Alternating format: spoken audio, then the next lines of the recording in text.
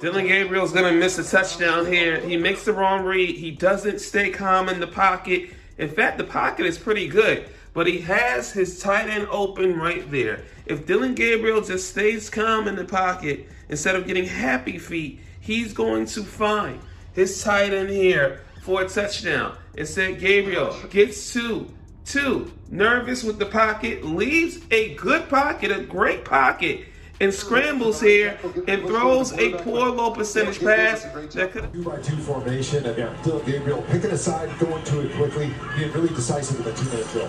First and 10, Gabriel over Lauderdale. And that is one of those balls that is dangerous for the receiver. The clash between Dillon Gabriel and Shedeur Sanders delivered everything fans wanted: intensity, drama, and a true battle on the field. Gabriel came out sharp, testing Sanders with some strong plays, but the cracks began to show. A costly fumble erased a potential touchdown, and a near interception nearly swung the momentum, saved only by his receiver's desperate dive before the Rams' defense closed the door. These mistakes might not get the spotlight from the usual media, but we're breaking it all down: the highs, the lows, and what it really means moving forward. And before we get into the details, don't forget to hit that like button and subscribe. Your support is what keeps this content going. Get a little bit of pressure there from the right tackle, getting pushed into the quarterback, but Dillon Gabriel does a great job. Dillon Gabriel's first major slip-up came almost immediately. Instead of choosing the safer route through the middle, he rolled out to his left. And that's where things unraveled. With defenders closing in, he couldn't set his base. His throw lost all form, and the ball hit the turf with nothing to show for it. In an instant, what should have been a sure touchdown vanished, killing the momentum his team had worked so hard to build on that drive. And just as it seemed like Gabriel was starting to settle down and find some rhythm, another miscue derailed him. With no real pressure in the pocket, he had a golden chance to hit his receiver on the right side. The man was wide open, primed for a big gain, but Gabriel's throw sailed off target, drifting harmlessly out of bounds. This wasn't about defensive schemes or tricky play calls. It was simply a miss. His smaller build appeared to limit his field vision, and in a matchup where accuracy was everything, it made him look uncertain and out of sync once again. Both sides, the Rams obviously started their backups. Gabriel turns, throws. At this point, it's becoming harder to chalk Dillon Gabriel's struggles up to bad luck. What we're seeing feels more like a recurring theme than a rare mistake. He's capable of putting together stretches of clean, confident football, but it never seems to last. The cracks show, the mechanics falter, and suddenly the ball is slipping away, giving the other team all the momentum they need. Today was no different. A simple play spiraled into a risky chance for the defense, shifting the tone of the drive in seconds. And it's not an isolated case. Just think back to his last outing, when a poorly placed throw turned into an interception and immediately set up a touchdown for the opposition. That's the loop Gabriel keeps finding himself stuck in. Let's break down exactly how it happened this time. Good so far. And this one is picked off and going back the other way. Now it's a foot race, and that is that. When analysts revisited that throw from the last game, their verdict was clear. Dillon Gabriel needed to put more precision and crispness on the ball. The timing was there, but the delivery fell flat. To his credit, they did acknowledge one positive. He avoided forcing the ball into tight coverage, which could have easily turned into a costly interception. That quick pullback might have spared him from an even uglier mistake. But it also highlighted the larger concern. When the pressure rises, Gabriel seems to hesitate, and that hesitation keeps him from finishing plays with the sharpness and authority expected of a true top-tier quarterback.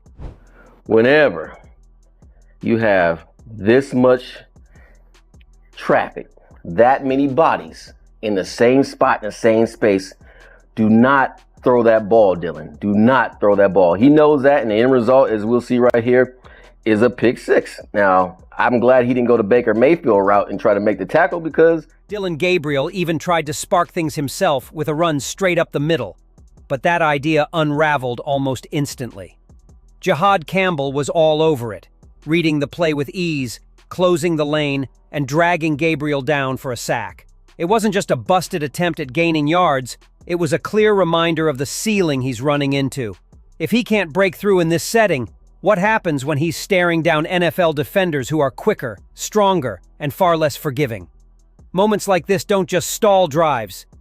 They raise serious doubts about whether his approach can translate when the competition only gets tougher. Second down and 6. Gabriel chased out of the pocket, and down he goes.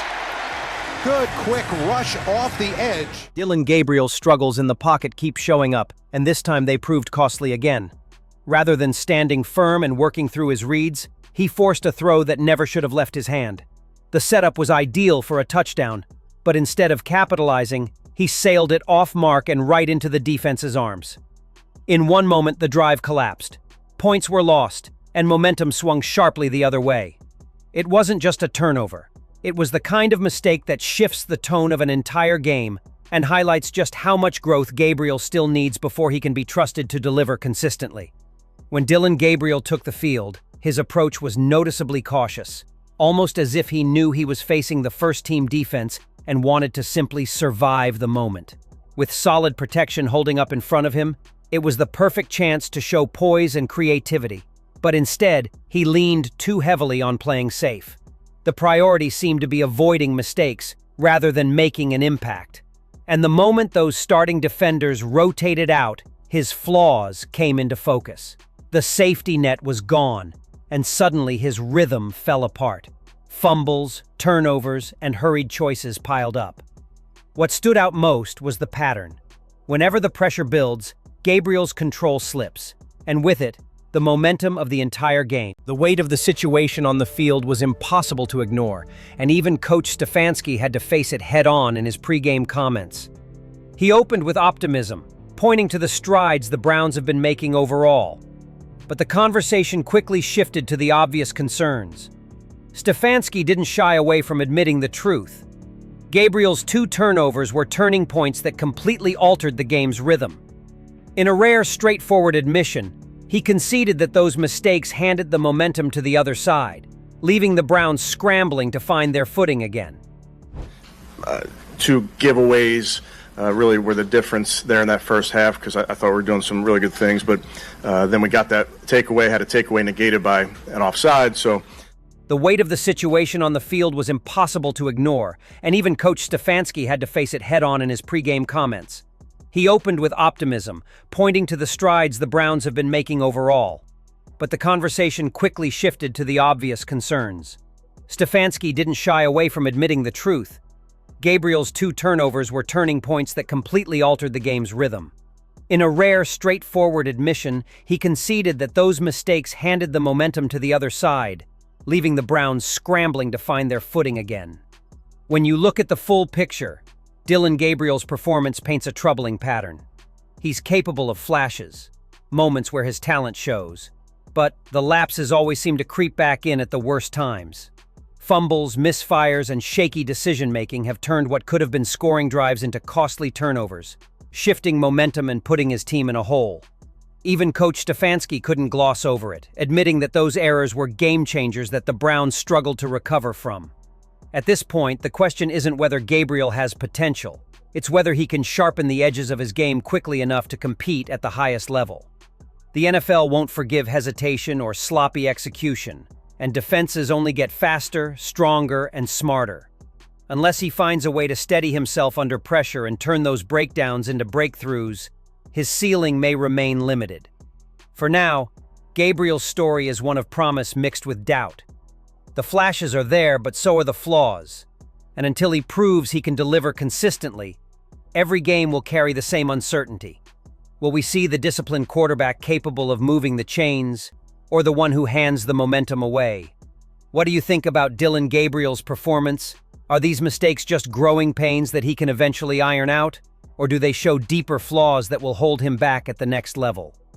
Do you believe his cautious approach is smart game management? Or is it costing him the chance to prove he can lead under pressure? And when the spotlight is brightest, will Gabriel finally rise to the moment, or will these same patterns keep dragging him down? Share your thoughts in the comments. We want to hear where you stand on his future.